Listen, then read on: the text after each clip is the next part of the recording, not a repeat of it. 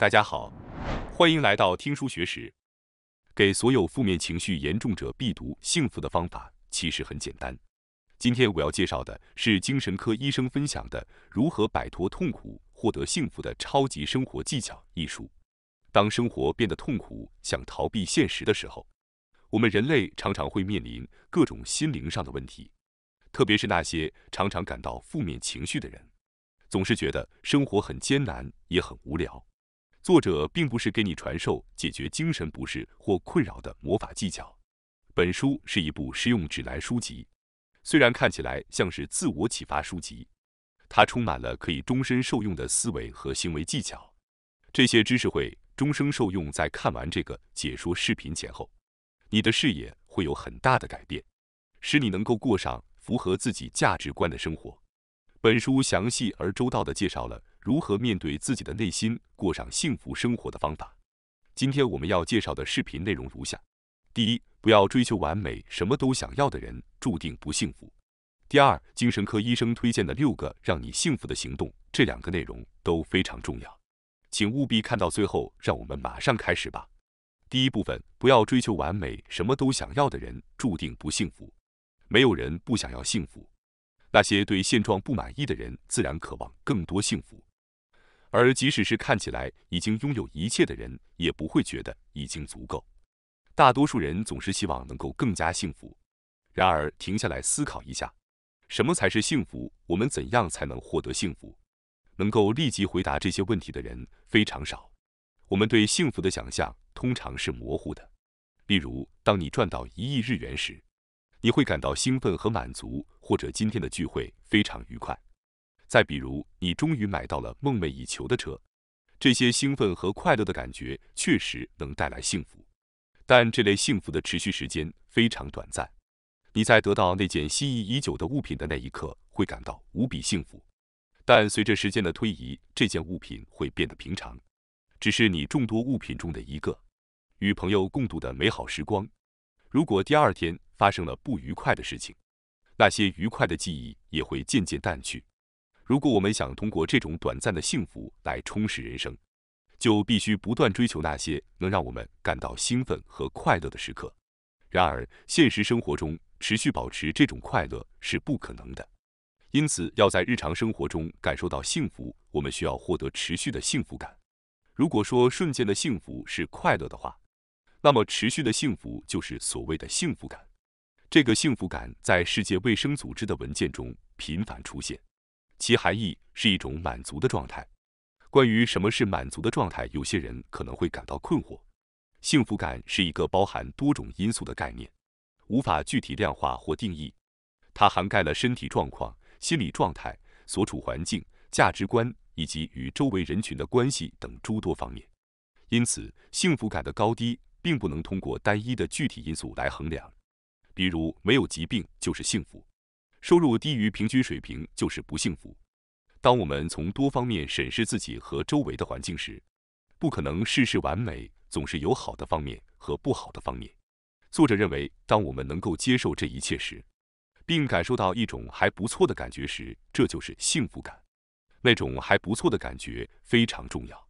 然而，当我们决心提高幸福感，过上幸福的生活时，很快就会遇到新的障碍和挫折。因为幸福感并不是单指某一个具体的因素，所以很难设定具体的目标来实现幸福。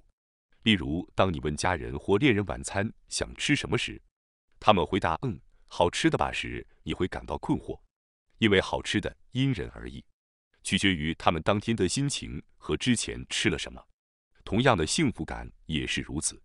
还不错的感觉会因性格、价值观、环境和时机的不同而变化。没有一种万无一失的方法可以保证提高幸福感。然而，如果什么都不做，现状就不会改变。如果想要幸福，我们需要主动采取行动。在这里 ，PERMA 可以给我们一些启示。PERMA 是心理学中积极心理学的一部分。这个概念有点复杂，传统心理学主要是将负面情绪恢复到中性状态，而积极心理学则是将情绪从中性状态提升到积极状态，寻找幸福生活的方法。PERMA 代表的是构成幸福感的5个领域，一 positive emotion 2 engagement 3 relationships 4 meaning 5 achievement。将这些翻译成中文，分别是：一、积极的情绪；二、全心投入的体验；三、与人的联系；四、自己的价值观；五、目标达成。当然，构成幸福生活的因素不仅仅是这5个，但首先关注这5个方面，可以帮助我们找到自己的幸福之路。在日常生活中有意识的关注 PERMA， 可以自然的提升幸福感。那么，让我们逐一仔细的来看看。首先是第一个领域，积极情绪。积极情绪包括了对自己有益的各种感情，比如工作顺利会让人感到高兴，或是觉得电影很有趣。这些感情都能让我们感受到幸福的力量。总是消极的看待事物，从不体会到喜悦的状态并不好。有研究报告显示，积极向上、常常笑口常开的人寿命比消极的人长。积极的情绪有助于提升幸福感，对健康也有好处。有时候可能会觉得自己没有什么值得高兴的事情，处于一种负能量的状态。这时候要意识到，笑容并不仅仅是因为开心才笑，而是通过笑容让自己变得开心。笑容会减少压力，放松身心，试着做一个笑容，大脑会误以为你正在开心，最终真的变得快乐起来。在负面情绪到来的时候，要想真心的笑，可能有些困难。但即使是没有真心的笑，试着挤出一个笑容也是可以的。人的大脑和身体紧密相连，通过身体的动作可以欺骗大脑，从而产生积极的情绪。这样一来，做出的笑容也会变成真正的笑容，进而让自己更快乐，形成积极的循环。此外，积极的情绪通过表达会变得更加强烈。然后，亚洲人可能不太习惯表达情感。举例来说，在海外的电影院里，观众大声笑、鼓掌或吹口哨的场景并不少见。表达情感也是一种与他人沟通和分享的方式。与他人一起体验积极情绪，可以将短暂的快乐转化为提升幸福感的积极情绪。尽情地表达自己的情感，无论是与他人交谈、一起经历，还是在社交媒体上分享，都是可行的。当然，在视频评论区留言也是可以的。掌握自己的表达技巧，有助于培养积极情感，并不意味着要排除负面情感。在生活中，有时会遇到挑战和不愉快，这是正常的生活，就像是一种波动。不仅仅有积极的一面，消极的一面也是存在的。提升积极情绪只是 PERMA 目标的一部分，并不意味着要一直保持积极情绪。重要的是要接受情绪的波动。当情绪向消极方向倾斜时，努力将其推向中性或积极方向。面对负面情绪，也是心理恢复的一个机会。如果一直回避压力，就无法学会应对不愉快的情绪。有时候，通过困难和痛苦，我们的情感才会更加丰富，也会得到新的视角。因为了解了负面情绪，我们才会更加珍惜积极情绪。在经历了各种情绪之后，感受到积极的解决方案，才能提升幸福感。接下来，让我们来看看第2个领域，全心投入体验。这个全心投入指的是专注于某件事，并完全投入其中的状态。例如，在玩游戏或阅读时，时间会不知不觉地流逝。这种状态被称为心流体验。在心流状态下，注意力高度集中，周围的一切都不会分散注意力，只会专注于自己正在做的事情。这对人类来说是一种重要的心理状态。然而需要注意的是，尽管心流体验也会带来愉悦，但与积极情绪有些许不同。虽然快乐和愉悦的感觉可能是被动的，但心流体验是由主动行为产生的。心流体验并不是被赋予的，而是需要自己主动采取行动或积极参与其中。然而，并不是每个人都需要追求心流体验。通往永葆青春的最佳途径是投身于自己喜欢的事情中。如果找不到自己特别喜欢的事情，那么就逐一尝试以前的愉快经历和自己擅长的事情。在寻找喜好时，最重要的是不要在意自己被认为是不是太过热衷于某些事情。不能改变自己的喜好，也没有必要去迎合别人。如果某件事情让你感到愉快，并且想要更深入的去做，那就继续深入下去吧。当你沉浸其中，甚至忘记了时间，这时你的注意力达到了最高点。同时也在放松心流体验，可以说是进入自己独特的安全世界的体验。在这个世界里，心灵只会因当前所做的事情而满足，不会浮现出消极情绪。了解能够让自己投入其中的事情，是提升幸福感非常有用的一步。接下来是第3个领域，人际关系。人际关系指的是与他人的联系。Dharma 的5个领域并不是孤立存在的，它们之间相互交织，部分重叠。其中，人际关系对其他所有领域都有很大的影响，是非常重要的因素。例如，和朋友一起打网球，这可以带来积极情绪，因为你能够专注于比赛，从而提升参与感。当人际关系变得更好时，其他领域也会朝着更积极的方向发展，从而提升幸福感。然而，人际关系有可能朝着消极方向发展，因此它往往也是困扰的根源。通常来说，人际关系越深入越好。与长期的密友、老朋友或校友保持良好关系是一件幸福的事情。强行建立人际关系，对于不善交际的人来说，可能会成为负担。拥有广泛但浅薄的支持者也不是坏事。在不同的地方都有自己的位置是很重要的。拥有多个支持者会增加支持网络，这种安全感会成为你在生活中坚持自我而不受他人左右的基础。连接并不意味着要找到一个可以完全倾诉的密友，偶尔发条简短的信息，通过共同的爱好聊得投机也是可以的。对方只需要轻轻认可彼此的存在就足够了。让我们分享积极情感，提升幸福感。接下来是第4个领域，自己的价值观。每个人都曾思考过自己为何而活，但很少有人能找到令人满意的答案。你是否找到了令自己满意的答案呢？很可能没有。生命的意义并非唯一，但思考自己想要怎样生活是有意义的。我们应该思考的不是为何而生，而是为何而活。我们想要做什么？我们追求什么？我们希望前进到何方？生命的意义即是个人的价值观。对每个人来说，没有普世的真理，但这也意味着有无数正确的答案。同时，答案必须由自己去发现，没有人能立即回答自己的价值观是什么。我们需要与自己对话，探索内心的本质。这并非易事，因此，一个重要的提示是关注自己喜爱的事物。在从工作或家务中获得解放的时间里，你会做些什么？你喜欢阅读哪些书？听哪些音乐？你常去哪个视频网站？你经常观看什么类型的视频？重新审视自己积极追求的事物。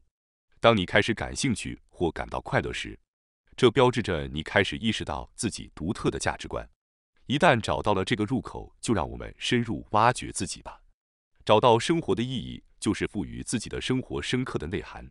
如果你一直感到不满，却又毫无目标地度过每一天，那将是一种浪费。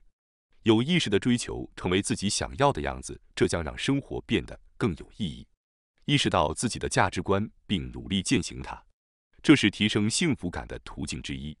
接下来，让我们来看看第5个领域，即成就感。例如，当你完成了一个有截止日期的任务时，原本紧张的情绪会一下子释放出来。啊，终于完成了！这时会转换成积极的情绪，这种时刻的满足感就是成就感。获得成就感也会提高自我肯定感，因为你会更加自信地意识到自己的能力。事实上，成就感是在所有 Dharma 领域中最容易控制的。无论是简单的目标，还是长期的大目标，你都可以自由地设定。一旦确定了目标，采取具体行动就会更容易。如果你现在还没有目标，那就立即设定一个目标吧。朝着目标前进，你的幸福感就会提升。重要的是采取行动，而不是具体的内容。比如，清晨打扫房间，每天做10个俯卧撑，这样的小目标就足够了。重要的不是要做什么，而是要自己决定并执行。通过完成许多小目标来获得成就感，积累成功经验，增强自我肯定感。自我肯定感不是他人赋予的，而是通过自我认可而得到的。这将导致真正的自我成长。至此，我们已经解释了幸福生活的5个要素。第2部分，精神科医生建议采取的6项行动来实现幸福。在第2部分中，我们将解释如何采取新的行动来增强幸福感。人类有时会因为认知偏差而感到困扰，认知偏差是指在看待事物时不符合现实的方式，而是无意识地进行偏见或偏执的看法和思考。大家可能都有过这样的经历，比如向同事打招呼，但没有得到回应，然后就开始担心那个人可能不喜欢我吧，我做了什么不好的事吗？等等。我认为大家都会有这样的困扰。实际上，这可能只是因为同事专注于工作而没有听到，或者他们没有意识到这是对自己的问候。我们有时候会变得无法简单的从表面现象看清事情的本质。稍微涉及医学方面的话题，抑郁症的治疗方法之一是认知行为疗法。认知行为疗法有很多技巧，其中认知重建是其中常用的一种。认知重建意味着意识到认知上的偏差，并尝试改变自己的想法。比如，如果同事没有回应问候，我们可以尝试从不同的角度来看待这个现实，重新思考，也许他们只是因为忙碌而没有回应。然而，尽管这种方法是有效的，但它也有弱点，即改变想法通常是困难的，因此需要时间。此外，由于需要花费大量时间记录自己的行为，难以坚持。因此，最近更倾向于从行为而不是思维入手的方法。这种方法的最新技术是行为承诺与价值导向疗法 （Acceptance and Commitment Therapy，ACT）。ACT 并不意味着采取行动，而是接受与承诺疗法的缩写，是一种心理治疗方法。其理念是通过接受自己的感受并承诺采取行动来解决问题。例如，如果同事没有回应问候，我们不会强迫自己去改变思维方式，而是接受自己的想法，感到焦虑，然后决定采取什么样的行动。增加享受活动的时间可以相对减少烦恼的时间，从而减轻痛苦和苦恼。当感到沮丧或不安时，首先应该改变自己的行为，改变行为，心情也会自然改变。现在 ACT 明确定义了6项具体的行动原则：1、接受自己的感受； 2、意识到思维并不等同于自己； 3、将意识集中在当前； 4、以观察者的角度看待自己； 5、朝着自己的价值观前进； 6、朝着设定的方向前进。总的来说，前4项是关于接受，后2项是关于承诺和执行。我们不应回避或否定自己所面对的焦虑和困难，而是要接受它们，并找到生活的目标，朝着那个方向前进。这就是 ACT 的方法。让我们一一详细来看。首先，让我们解释第1个原则：接受自己的感受。例如，想象一下，在车站不小心撞到了某人，然后对方责备你或者冲你撇嘴的情景，这样的情况让人感到很不愉快，可能会一整天都心情不好。但要想一想，其实这个不愉快是双方共同造成的，因为相互碰撞了，责备别人或者训斥对方是不合适的。虽然根据自己的价值标准，我们可能认为对方有错，但我们无法控制对方的行为。这一点很重要，我们无法控制他人的行为，因为每个人都有自己的价值标准。对方行为背后可能有各种原因，比如对方可能只是因为早上遇到了不愉快的事情，所以心情不好，才会不小心说了一句。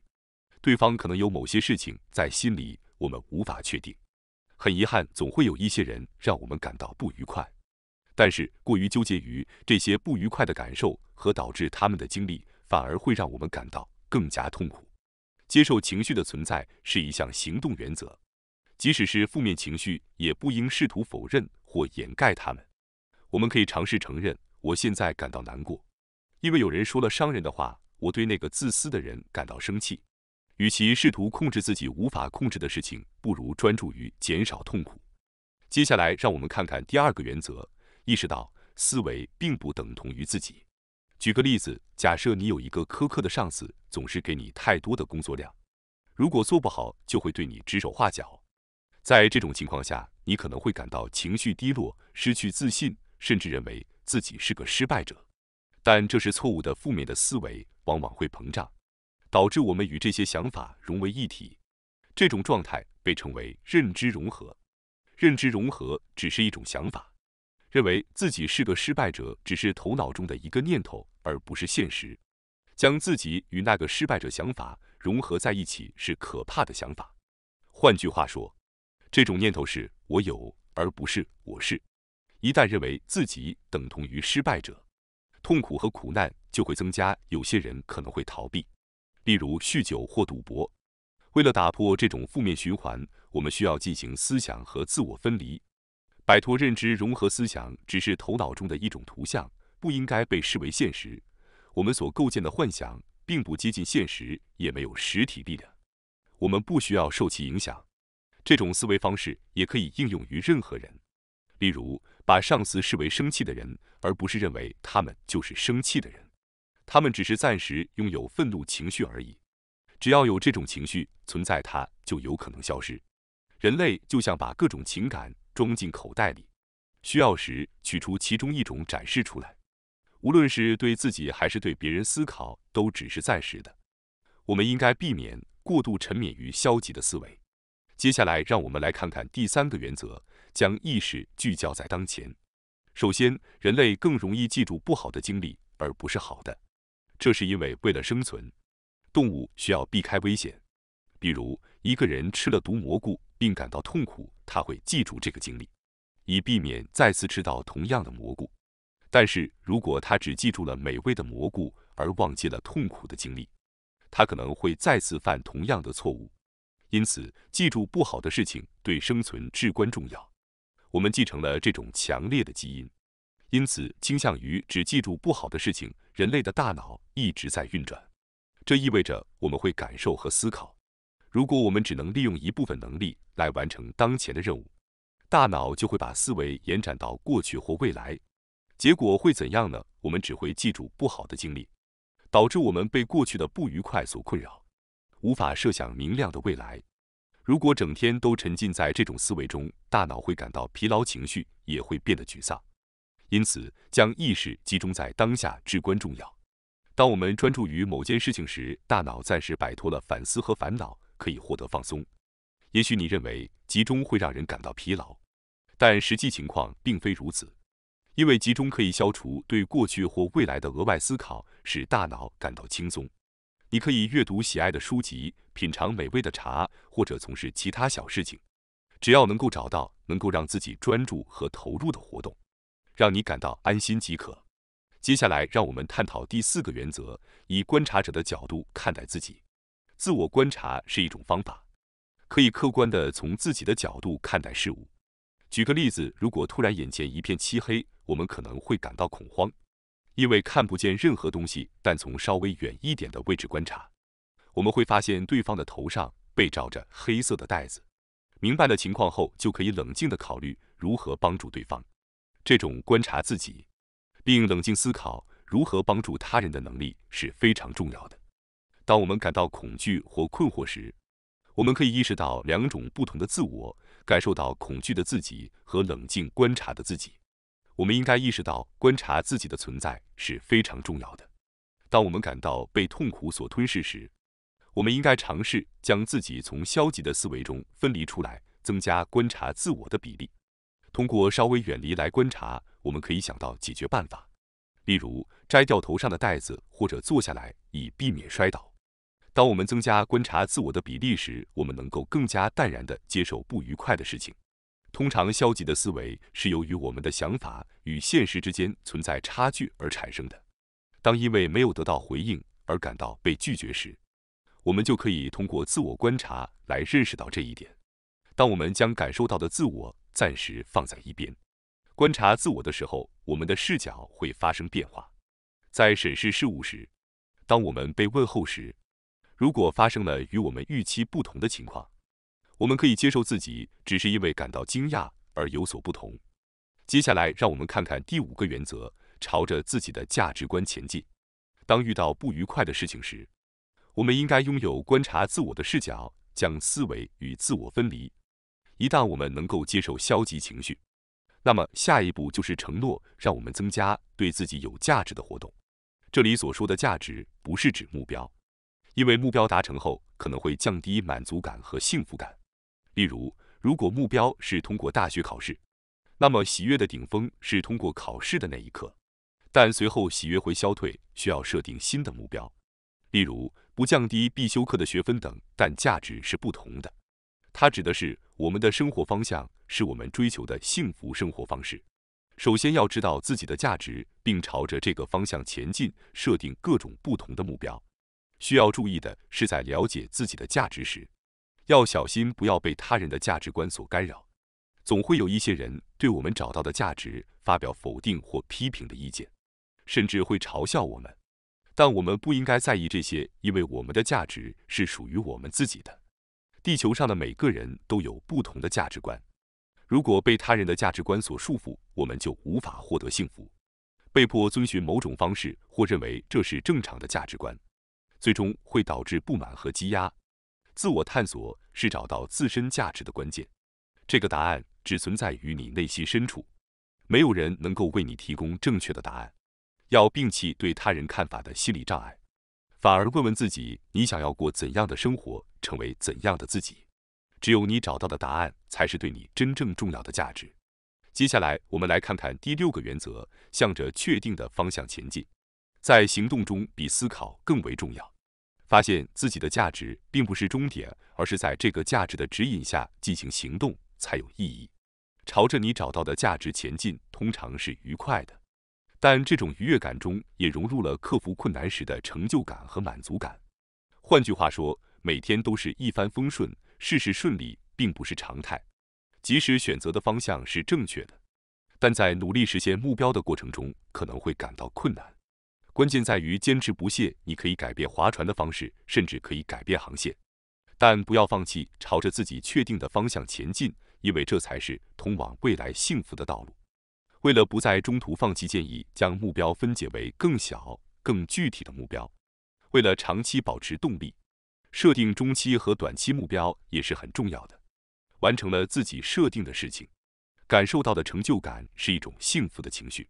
特别是在刚开始朝着重大的长期目标迈出第一步时，建议多设定一些短期目标，然后逐一实现，不断的积累幸福感。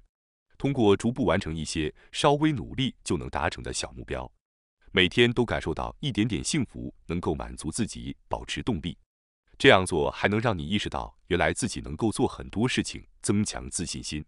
请务必尝试一下这种方法。这些行为有助于提高幸福感，并过上幸福的生活。感谢大家收看今天的节目。